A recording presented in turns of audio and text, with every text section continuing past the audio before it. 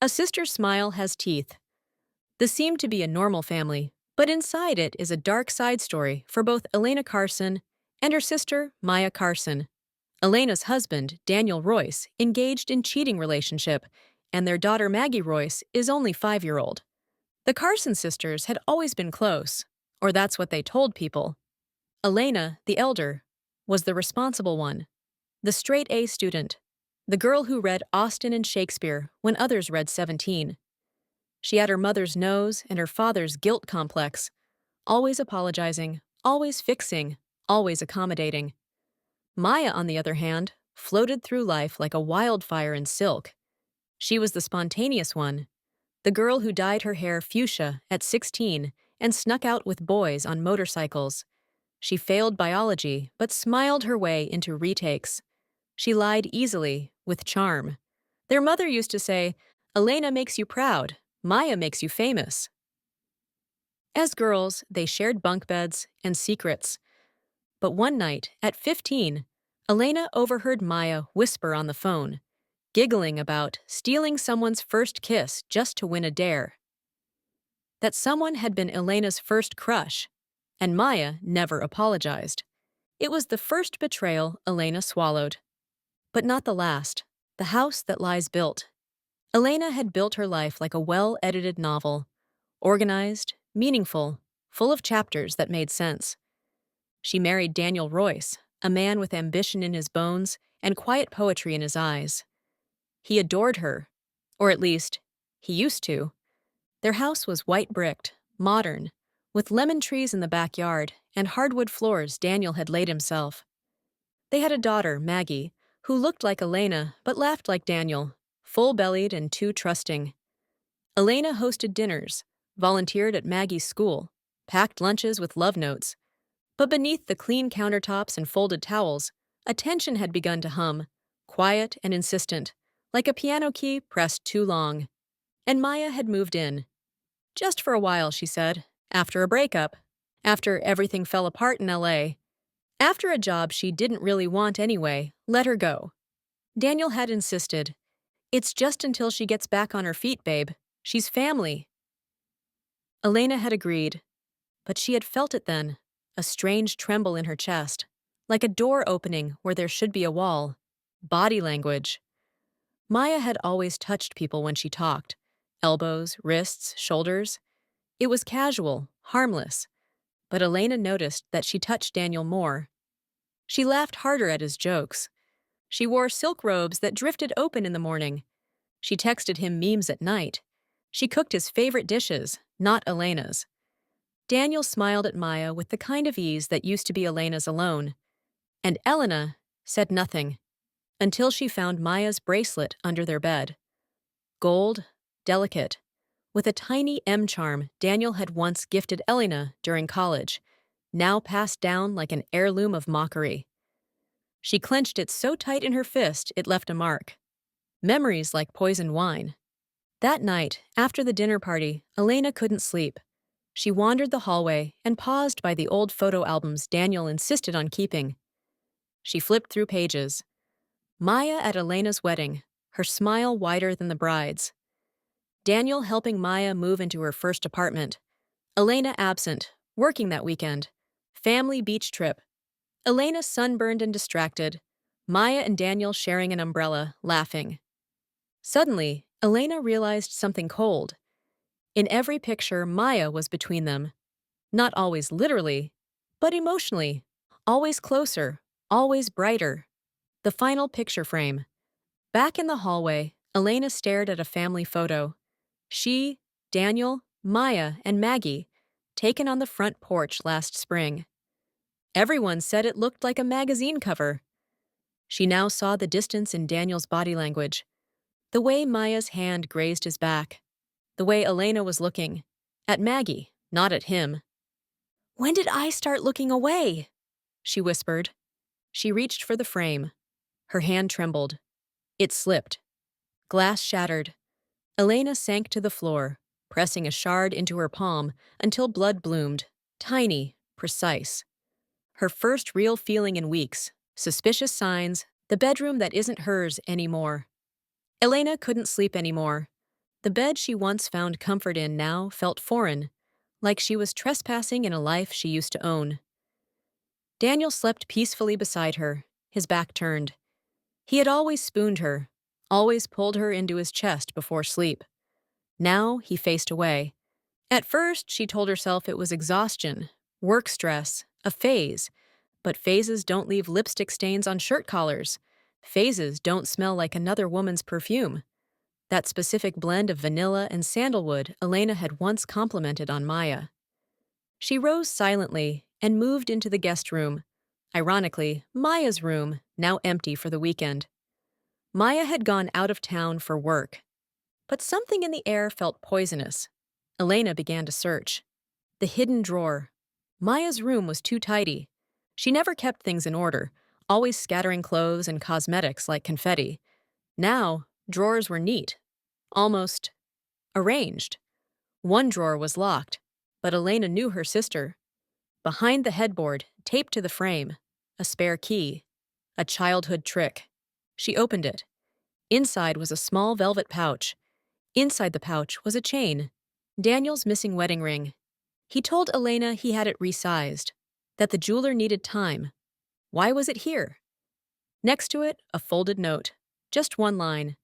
I wish I could wear this in public. Elena sat there, heart hollowing out, blood roaring in her ears. She thought she might scream. Instead, she laughed. A bitter, broken, guttural laugh that scared even her. Whispers in the dark. The next morning, Elena watched them. Daniel was making coffee. Maya had returned, cheerful and tan from her weekend work trip. She kissed Maggie's cheek, laughed at Daniel's dumb joke about burnt toast, and reached for the mug he had already poured her. Black, just the way she liked it. He didn't ask. He already knew. Elena's hand gripped the edge of the counter until her knuckles turned white. Later that day, Maggie tugged her mother's hand. "Mommy," she whispered, "why did Aunt Maya sleep in your bed when you went to Nana's last week?" The world fell silent. "What did you say, sweetie?" Elena asked, trying to steady her voice. "Aunt Maya was in your room with Daddy. I thought they were playing a game. She told me not to tell you." Elena smiled. For her daughter. But something inside her finally cracked open. The confrontation that wasn't. That night she didn't scream, she didn't cry, she didn't ask questions. She sat across from Daniel at dinner and stared at him like a stranger. He noticed. "You're quiet tonight." "Just tired," she replied, slicing into her chicken. Maya sat next to him, too close. Her knee brushed his. He didn't move away. Elena imagined grabbing the steak knife and dragging it across the table between them. She imagined Maya choking, Daniel weeping, blood in the mashed potatoes. But instead, she smiled. "Maya," she said sweetly, "are you still looking at apartments? I thought you'd be out by now." Maya blinked, just for a moment. "You know how crazy the market is," she replied. "Besides, I love spending time with Maggie." "Of course," Elena said, sipping wine.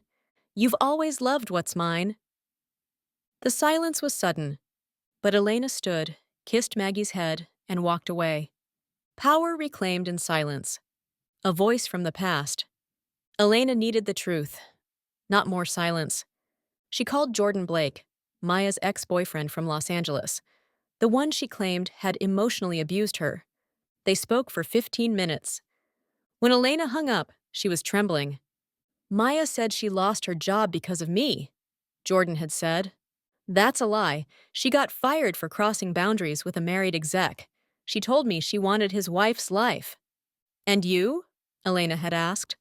"I caught her filming me in bed, Elena. She said she needed a leverage in case I ever left her. She said women like her don't get happy endings without breaking a few homes." Elena vomited into the sink afterward. The lie is dead. The war begins. Elena sat on the back porch, the night sky yawning above her. She lit a cigarette. She hadn't smoked since college, but now everything felt like a version of the girl she used to be, strong, silent, wounded. She watched Daniel and Maya through the kitchen window, laughing, probably plotting. But they'd made one mistake. They underestimated the woman who always held the family together.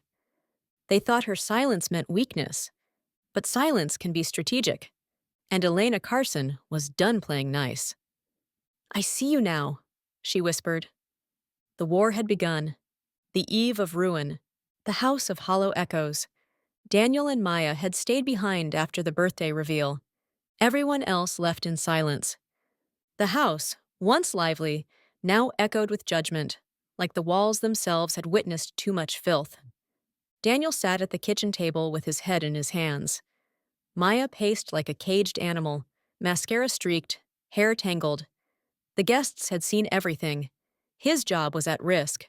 Her reputation was in pieces. "What do we do?" Maya snapped. "She's not going to stop." "I'll talk to her," Daniel muttered. "Talk," Maya laughed, bitter. "She's already won, Daniel." Outside, the neighbors whispered. Inside, Elena's silence grew louder than any scream. The poisoned letter. Elena delivered the next blow with a courier. A beautifully wrapped gift box arrived at the house. Maya opened it. Inside, a single, pristine white envelope sealed in wax, her name in elegant black ink. Inside the envelope, a full-color printout of her email to Daniel, begging him to impregnate her before Elena found out. Screenshots of Maya's burner account trashing Elena anonymously on parenting forums. A letter handwritten. "My darling sister, you always said I was too soft, too fragile to handle the real world. You were right. The world broke me. But you shattered me. So now I won't fight you. I'll simply remove the walls that protected your secrets. Enjoy the exposure. Love, Elena." Asterisk. Maya sobbed. Daniel said nothing. He was too busy checking his email. His company had suspended him pending investigation. The silent parade. At the next PTA meeting, Elena arrived alone, radiant, in a crimson silk dress. Whispers floated around her like perfume. "Isn't that the wife whose husband cheated with her sister? She looks incredible." She didn't even blink, cold as winter. Elena smiled gently at the women whispering behind their phones. She walked directly up to Maya, who had dared to attend, hoping to salvage some sympathy. "Maya," Elena said sweetly, "I hope you're healing." Maya's lips trembled. Elena leaned in and whispered, just loud enough for the surrounding circle to hear, "Next time you crawl into my bed, remember, I leave nothing behind, not even my pity." Maya fled the room. Elena sat down, legs crossed, calm. Power reclaimed. Respect reborn. Revenge wasn't enough. Ruin was the new goal. The inner monologue. That night, Elena wrote in her journal, "I wonder how long it will take before they turn on each other. He'll blame her for the job. She'll blame him for the fallout. And when they're done choking each other with lies, I'll still be here. With Maggie, with my name clean. They burned down the house they coveted. And I handed them the match." Asterisk. The dream that changed her. Elena dreamed of her wedding again. The church, the veil, Maya as her maid of honor. But this time, as she looked into Daniel's eyes, he pulled off his face like a mask, and Maya stood underneath it, grinning. Then flames burst from the aisle. Elena didn't run. She stood in the fire, and she laughed. The fallout. Daniel falls first. It began with a letter from the firm. Daniel had been officially terminated. Embezzlement, breach of confidentiality, misuse of client funds. The internal audit, spurred by the anonymous tip, had turned up years of creative fraud. Elena's flash drive had been the nail in the coffin. His name was blacklisted in the industry. His accounts were frozen. His severance revoked. He stared at the paper with trembling hands. "She destroyed me," Maya hissed from across the kitchen. "You destroyed yourself, Daniel. I told you not to get cocky with those accounts." "Oh, don't you dare," he barked. "You encouraged me. You wanted the money. You liked the gifts.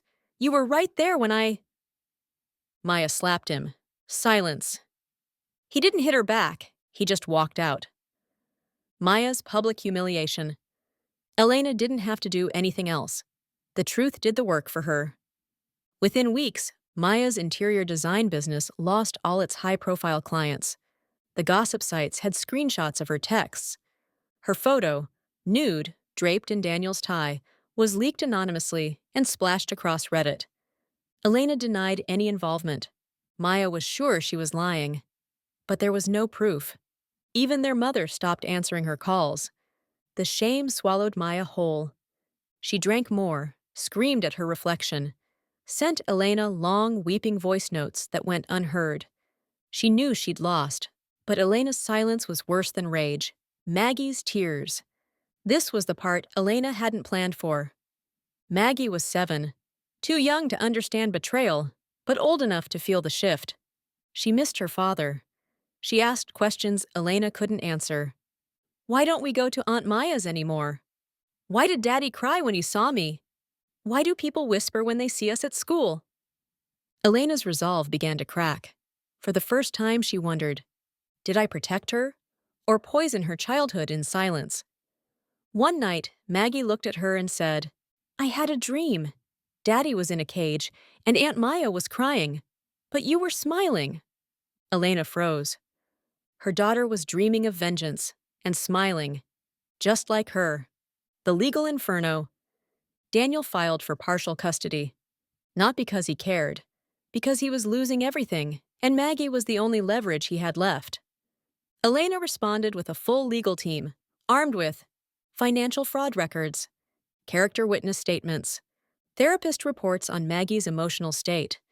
The court battle was brutal. Daniel's lawyer tried to paint Elena as vindictive, manipulative. Maya, desperate for redemption, took the stand and perjured herself. But Elena had the ace, a security cam audio from Maggie's nursery. Daniel had once called Elena a cold-hearted bitch, while their daughter cried herself to sleep. The judge ruled in Elena's favor. Full custody. Daniel lost visitation. He screamed in the courtroom. Maya fainted. Elena didn't flinch. The cost of fire. Alone in her new house, Elena sat on the balcony as the sun set. Victory had a strange taste. Metallic. Hollow. She had burned them to the ground. But what was left of her? Maggie was safe, but quieter now. Elena caught her talking to dolls, whispering things like, don't trust the pretty ones, they lie. Was this what legacy looked like? She stood, picked up a match, and lit the final evidence, the journal where she had documented everything. The hate, the moves, the dreams. Ash floated up like ghosts. She had won. But there were no parades for women who sharpened daggers in the dark. Only silence, and a daughter who watched too closely. The reckoning. Daniel and Maya's descent. They had nothing left. The house was gone. Maya's business was defunct. Daniel's accounts were drained. They were renting a 2-bedroom near the industrial park, where the walls were thin and the neighbors louder than their broken sobs.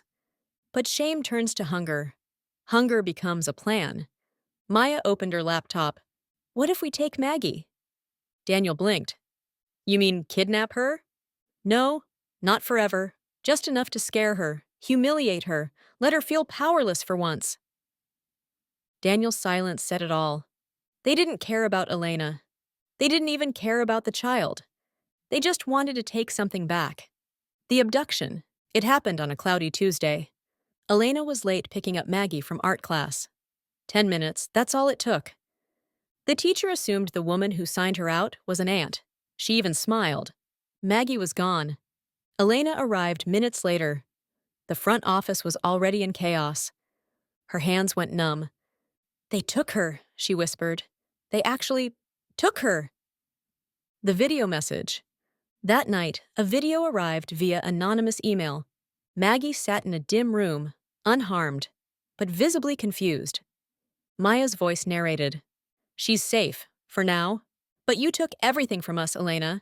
Now we take something from you. Want her back? Tell the truth, publicly. Tell the world what you did. Tell them you're the monster. The message cut to black. Elena sat still. Her breathing became shallow. Her past began to scream in her ears. The return and the twist. 3 days passed. Elena didn't go public. She didn't contact the police either. Instead, she waited. Planned. paid a silent favor from an old friend in cybercrime.